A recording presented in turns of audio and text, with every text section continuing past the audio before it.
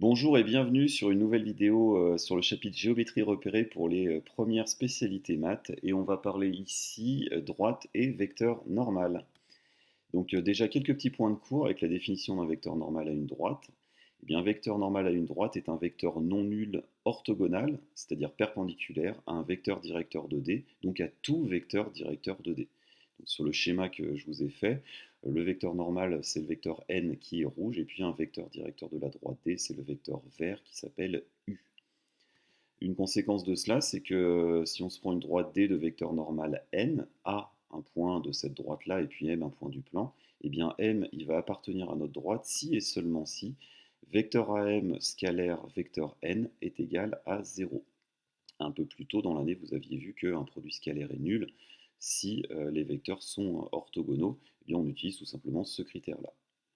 Autre point de cours aussi, si on se donne trois nombres réels ABC avec A et B qui est différent de 0, eh bien D est une droite de vecteur normal n de coordonnées AB si et seulement si l'équation cartésienne de D s'écrit AX plus BY plus C égale 0.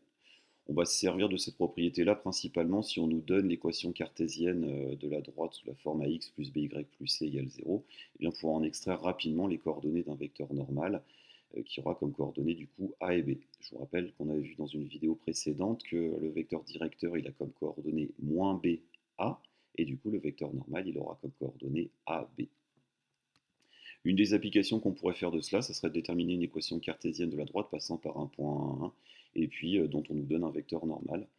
Un exemple comme celui-là. Donc dans le plan muni d'un repère orthonormé, on considère le point A de coordonnées 2, 5 et le vecteur n de coordonnées 3, 7, et on nous demande de déterminer l'équation cartésienne de la droite qui passe par A et qui a pour vecteur normal n.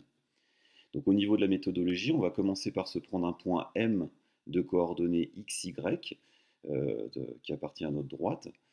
Et ensuite, on va utiliser ce qu'on vient de dire, c'est-à-dire que M appartient à la droite D si et seulement si vecteur AM scalaire vecteur n est égal à 0.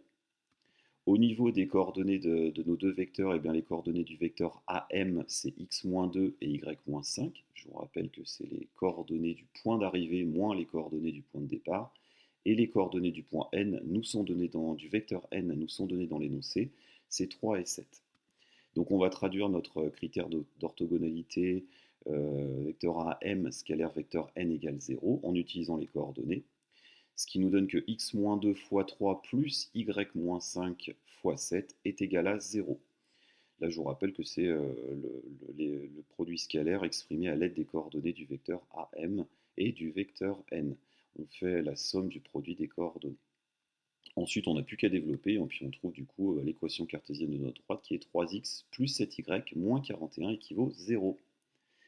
Voilà, je vous propose de vous entraîner un petit peu sur mon site. Je vous mets le lien en description afin de bien pouvoir mémoriser un petit peu cette méthodologie qui n'est pas extrêmement compliquée, mais voilà, bien apprendre les petits points particuliers de ce type d'exercice-là.